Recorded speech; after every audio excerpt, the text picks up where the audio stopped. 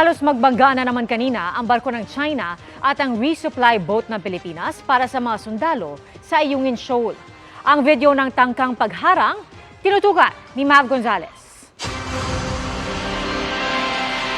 Sa videong inilabas ng Senate President na galing sa Philippine Coast Guard, makikita ang Coast Guard vessel sa kanan na tila biglang nagminor at huminto matapos harangan ng China Coast Guard. Sa malapitan, kitang halos magbanggaan sila habang napapaligiran sila ng mga Chinese militia fishing boats.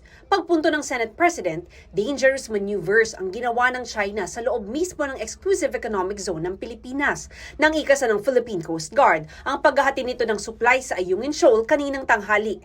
Pasado 1:00 ng hapon, nakapasok sa loob ng Ayungin Shoal ang dalawang resupply vessel.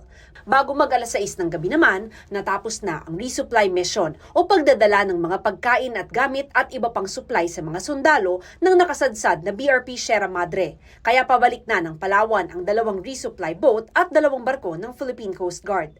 Base sa automatic identification system na ginagamit ng security analyst na si Ray Powell, dumami pa ang sasakyan ng China Coast Guard at ang Chinese militia fishing boats na nangharang sa mga resupply vessel at ibang bangka ng Philippine Coast Guard. Na-monitor din doon na mula sa Bina Shoal ay binuntutan na ng Chinese Coast Guard ang mga barko ng Pilipinas simula kaninang madaling araw. May mga barko rin ang China na dumating galing sa Mischief Reef para harangan ang mga barko ng Pilipinas. Sinusubukan pa naming hinga ng payag ang China pero wala pa silang tugon. Pero nauna na silang nanindigang bahagi ng teritoryo nila ang buong South China Sea kasama ang West Philippine Sea, bagay na sinabi ng Arbitral Tribunal na mali at walang basihan. Para sa GMA Integrated News, Mav Gonzalez, nakatutok, 24 oras.